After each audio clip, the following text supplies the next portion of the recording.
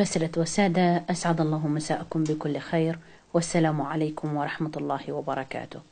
نحييكم أجمل تحية ونقدم لحضراتكم نشرة الأخبار لهذه الليلة. في هذه النشرة حضرة صاحب الجلالة السلطان قابوس بن سعيد المعظم يستقبل كلا من سمو السيد فهد بن محمود آل سعيد نائب رئيس الوزراء للشؤون القانونية، ومعالي السيد بدر بن سعود بن حارب وزير الداخلية. أمطار غزيرة تهطل على ولاية نخل ووادي المعاول.